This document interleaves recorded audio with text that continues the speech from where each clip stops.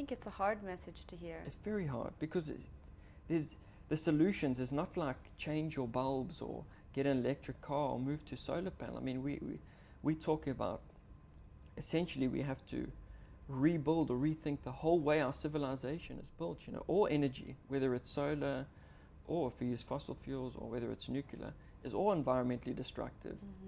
They're just, yes, lesser evils, and all we seem to be doing is promoting these solutions which essentially are lesser evils, and we just perpetuate the system, but all we're doing is we're slowing down the end result.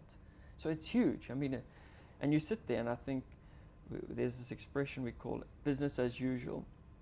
If we come with a problem that's too big or too engrossing, we just carry on with life or business as usual because it's too big for any one of us to face. And there potentially isn't any opportunity. There's no monetary gain in protecting nature. We make money out of exploiting nature. So it kind of runs, it's the antithesis of the path we're on now. But again, it's something I think is the most important environmental issue out there. And as soon as we just get it on the table, my hope is that more people will care more, will want to get involved, will start to assess what we're doing. What would you like to see change?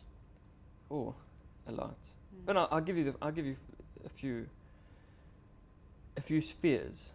And again, this is going to sound this big. You know, we've only got a bit of time. If I could give you a build-up, we could get there. But one, we have to look at our relationship with nature. The reality is, if you live separate from nature, like in a city or in a neighborhood, you won't care for nature. You know, if your food comes from supermarkets, you're going to care more about supermarkets than you are about the actual environment where the food came from. As long as we're separate from nature, we won't care about it because we feel like we can live independent of it, which is not true. So we'd have to rethink development. We'd have to look at developing with nature. You know, you can't have cities like this that are paved with tar and concrete because you literally sever the relationship and that exchange between you and other ecosystems. So you can't have big cities like we have here. You can't be living in an environment where your infrastructure is made out of steel and concrete and tar. So we have to rethink the way we develop. Our civilization, our entire civilization, is based on the exploitation of nature. We take from the environments, whether it's the resources, whether it's the animals, whether it's trees, we use it, we turn it into some financial, or we capitalize on it. We make a bit of money and that's it. There's no feedback into that system. I mean, agriculture is an example. You know, we go and we literally wipe down forests. We convert it into monoculture, you know, like one species, corn or soy. Absolutely destroy all the biodiverse relationships of that area just to feed us.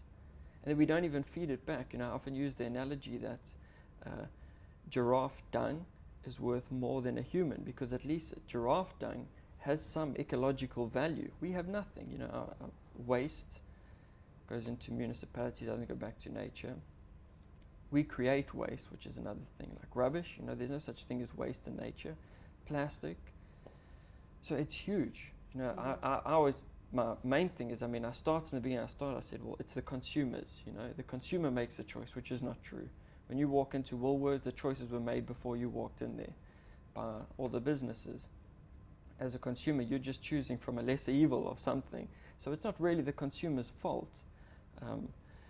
Businesses, yes, I think businesses have a huge role to play, but you know, a business that does the right thing doesn't exist. So I don't really invest much hope there.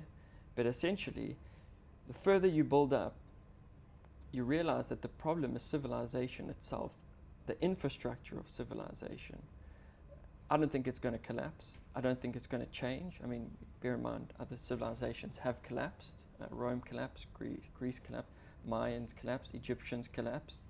No civilization ever thinks they're going to collapse, but at our current trajectory, where we are literally exploiting nature and not giving back, destroying the ecosystem service that literally nurture our life, either it's going to collapse or we're going to have to change radically.